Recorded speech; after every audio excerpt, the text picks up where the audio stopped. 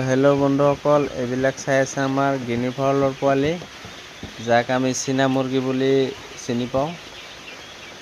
তো ইয়াত আমাৰ বৰ্ডিঙত 300 পোৱালি আছে। যোৱাকালি হায়দৰাবাদৰ পৰা আহিছে। যদি কোনোবাই ল'ব খুজিছে আমাৰ পৰা গিনি ফাউলৰ পোৱালি ল'ব পাৰে। অকল গিনি ফাউলে নহয়, সব ধৰণৰ পোৱালি পাব, যেনেকৈ হাঁহ, মুৰ্গী, কয়লাৰ, ব্ৰইলাৰ সব ধৰণৰ পোৱালি পাব। আৰু এইবিলাক পোৱালি আমি অল অসম ডেলিভাৰী কৰি থাকোঁ ডেইলি বাছ যোগেদি। তো কিমান ধুনীয়া পোৱালিবিলাক আপোনালোকে চাই আছে, দানা পানী খাই আছে। আজি দিনটো মানে ঠাণ্ডাৰ কাৰণে 100 ৱাটৰ লাল বল এটা জ্বলাই দিছোঁ।